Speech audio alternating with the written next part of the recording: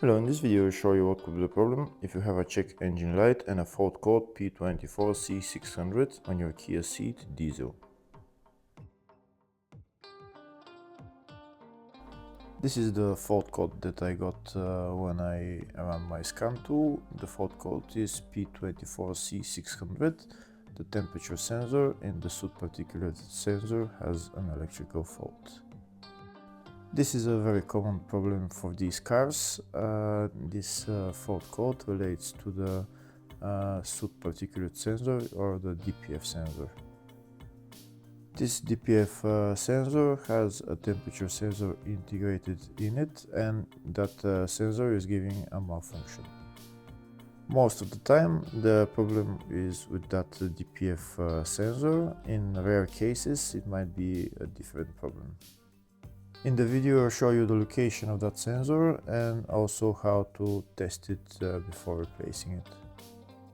I'll also show you how to replace it. First I'll show you the location of that sensor. The location of the sensor is on the exhaust pipe. This is the DPF right there. Just after the DPF there is a sensor right there, but that's not the DPF sensor, that's the NOx sensor.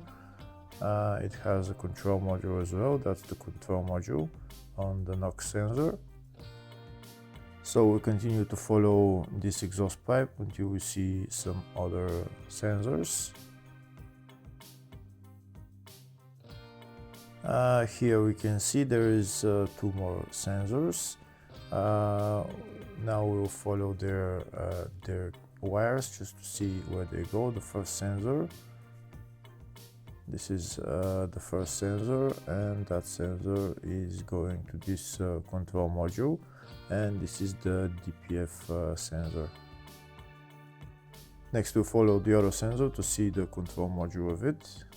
This is the control module of it. This is another NOx sensor, but we're interested in that first sensor, this one right there. This is the DPF sensor of the Soot Particulate Sensor that we have the fault code for. The first test that we'll do is we're going to disconnect the electrical connector for this sensor, and we'll see what kind of fault code will display on the scan tool. So now we'll read the fault codes and we'll see what will show. We can see the first fault code, communication with Soot Particulate Sensor has a malfunction, and this is the second one that we had. So you can see the first two fault codes are about this Soot Particulate sensor. So this is the right sensor that I disconnected. Next I'm gonna go to that sensor and connect the sensor again and check the fault codes afterwards. Now that the sensor has been connected, first I'm going to clear the fault codes, and we'll see what fault codes come up.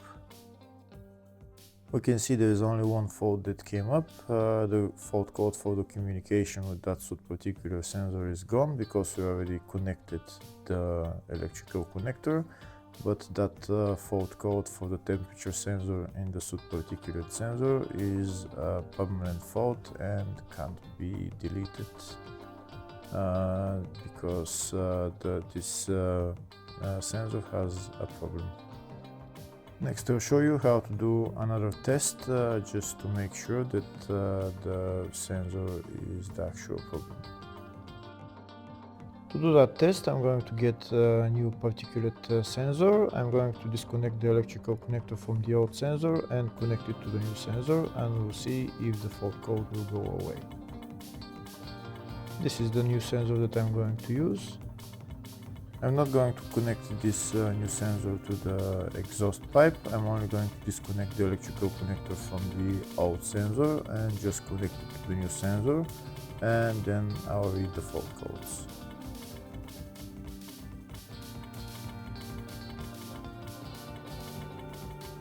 So I'm disconnecting this DPF sensor, and this electrical connector I'm going to connect it to the new sensor.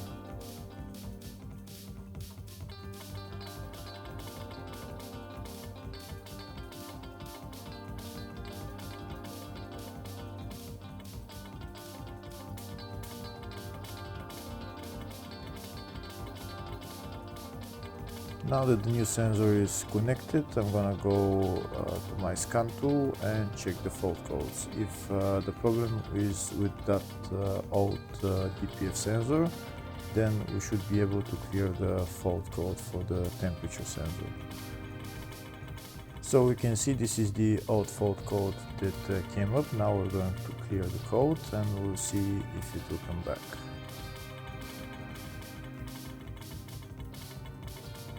Fault code is cleared. Now we're going to read the fault code again, and the fault code is gone.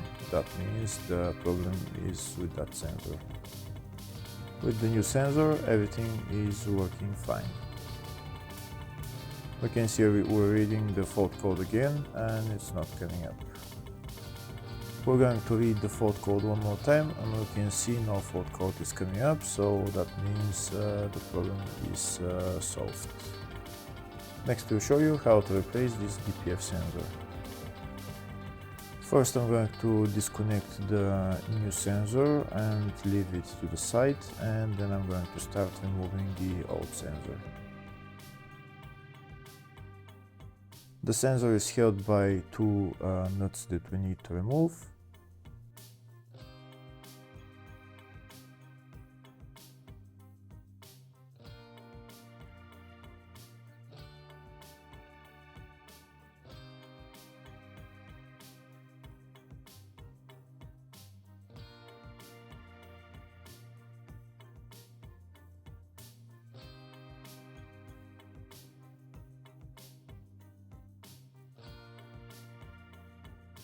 And now we need to remove the DPF sensor from the exhaust pipe.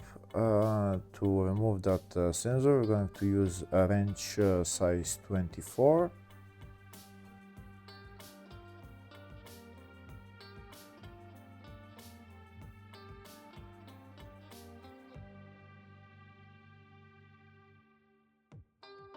Here you can see I'm applying force with my wrench, but the sensor doesn't seem to be moving. I'm going to try one more time. If it doesn't work, I'll show you how to remove it with a 24mm long socket.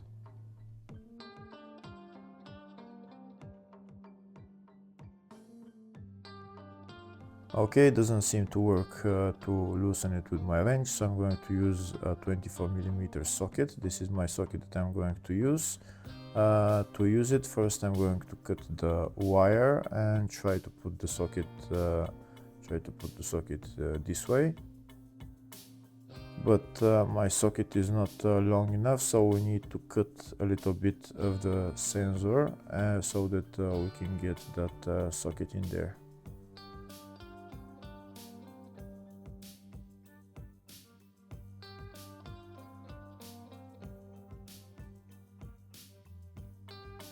I'm going to use my cutters and I'm going to cut this part of the sensor, and then there should be plenty of space to put my socket in there.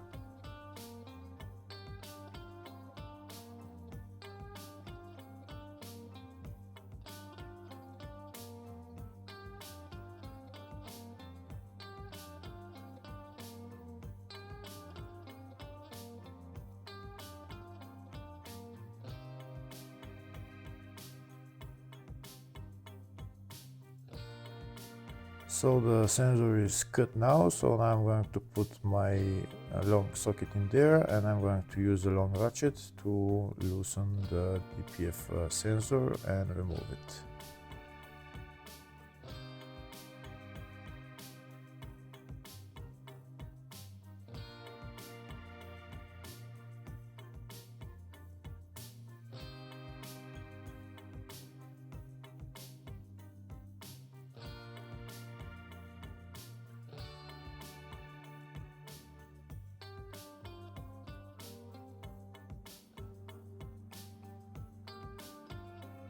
We can see the sensor started turning, so I just need to remove it all the way.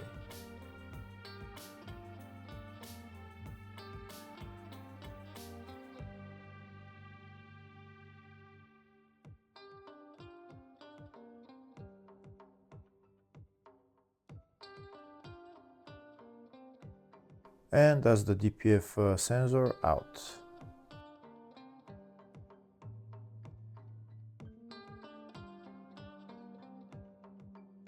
Now I'm going to put on the new DPF sensor.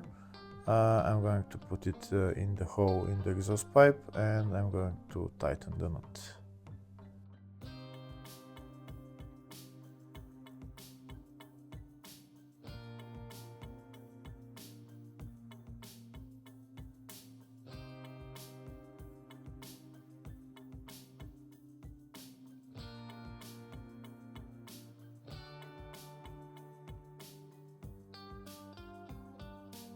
To tighten the nut, I'm going to use my 24mm spanner.